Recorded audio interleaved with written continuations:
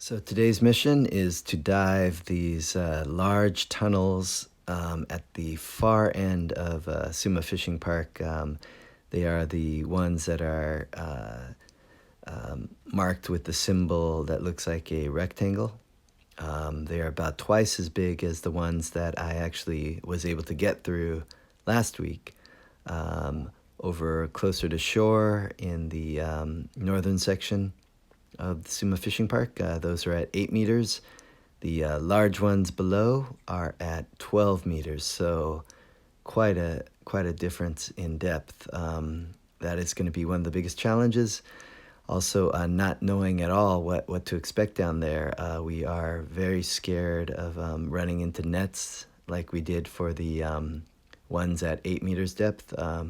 We cut away most of those, but who knows what we're going to find when we explore these large tunnels. So please join us on this adventure, and please subscribe. Thank you.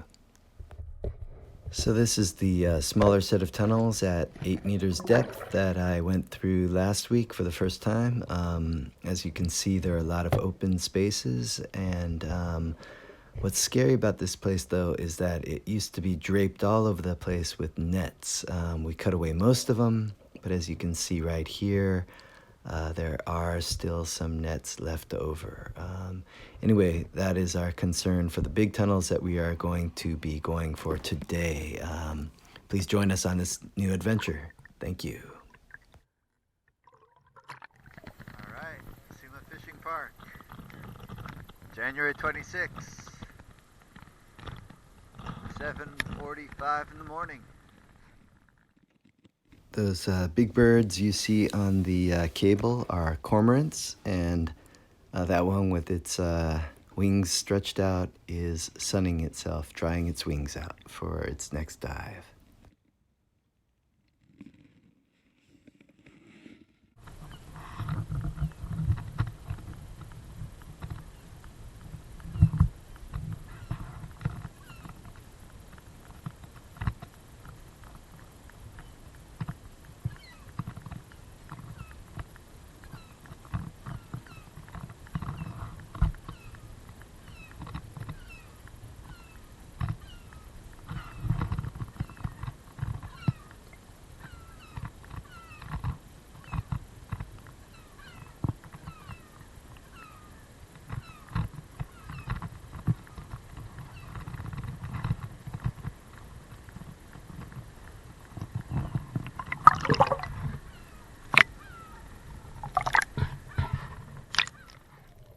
So that's Tom drifting through the debris and cables and other things left over from when this pier was functional.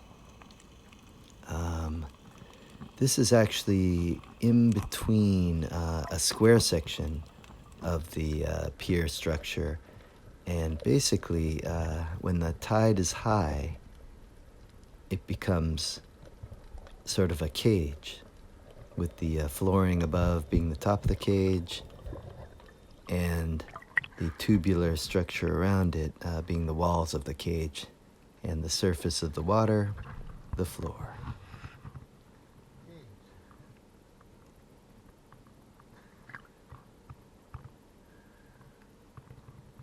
The view from this section right here is of the Suma Fishing Tower at the southern end. That's where we plan to go.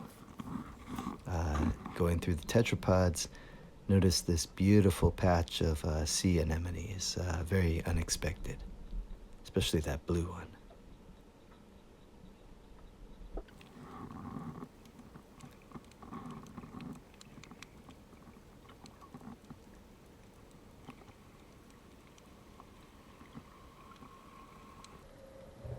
Also, it seems to be the season for these oval-shaped jellyfish. Bioluminescence, but unfortunately, this one was not cooperating.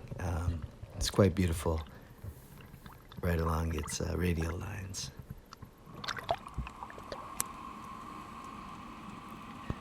This is a long distance swim, kind of fast forwarding it and slowing it down for this typical sunken structure that they've dropped down into the water to allow the fish to breed and live.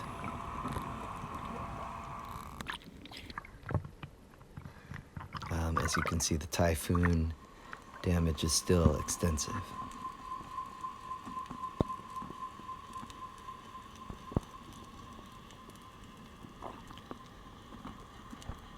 This time I am going down to the bottom. It is 13.9 meters.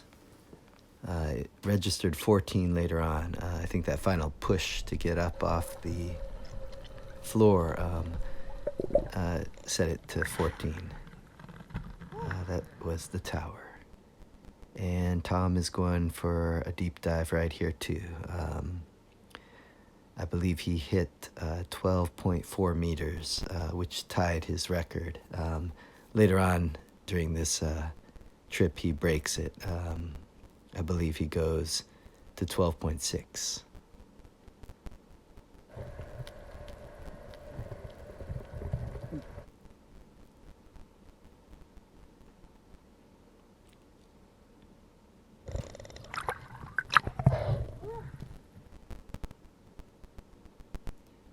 And this is the first encounter with the large structure, the tunnels. This is the top of the tunnels, and I was shocked to see this assortment of fish. Basically, once we hit winter, we've been hitting nothing but, solitary fish here and there, patchy at best. So this was a shock. So now I know where they go for the winter. They go much deeper and further out.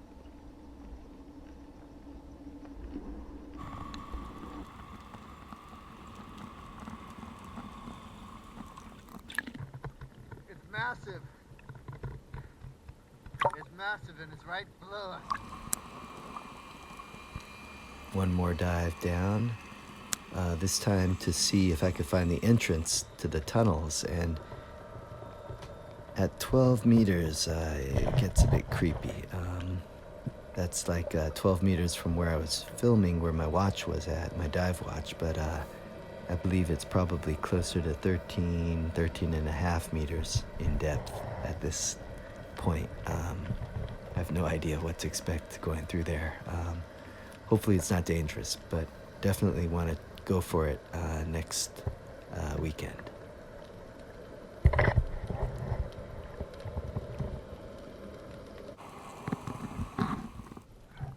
I saw the entrance of it. And since there are 4 of these at each corner, near each corner, there's a fishing boat out there, charter fishing boat. We went and checked out the one that was adjacent to the previous one. This is the roof, I guess you could call it the sunroof of the tunnels. And I'm going to circle around and rest up against it. Fish in there too. And this was surprising. I looked up and saw a big Kobe-shi. I think it's kind of a large wrasse, sheep's head wrasse or something like that, Asian sheep's head wrasse. Very large fish, probably the largest that we will typically see in this area. A meter or over a meter in length.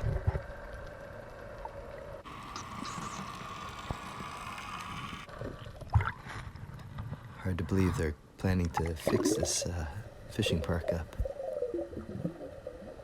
And finally ended the dive with a breath hold practice session.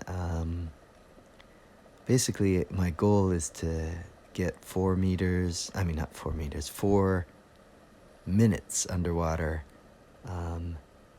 And I'm still far from that goal. I've hit 3 minutes before, but I want to hit 4 minutes before spring. I don't know if it's even possible in this cold water. It feels like it makes my breath hold a lot less than normal. Anyway, this one is for little over 2 minutes. And what's interesting is that I didn't see any of them because I was just sort of in a comatose state, trying to preserve my oxygen. But there were these acorn cone-shaped, not cone-shaped, cylinder-shaped jellyfish floating all over the place. So anyway, it's kind of boring to watch a guy holding his breath unless you're into that kind of junk. So at this point, I am just getting ready to want to breathe again. And I start looking around. My mask is flooding a little bit, and I decide I'm just going to swim the last part towards shore, just to get my mind off of the urge to breathe and make that 2-minute mark.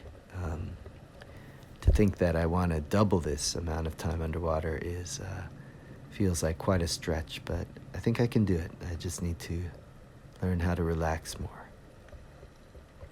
So thank you for joining us on this adventure. Please join us for next week's Through the Tunnel adventure. Hopefully it will not end with the sound of ambulances. Thank you.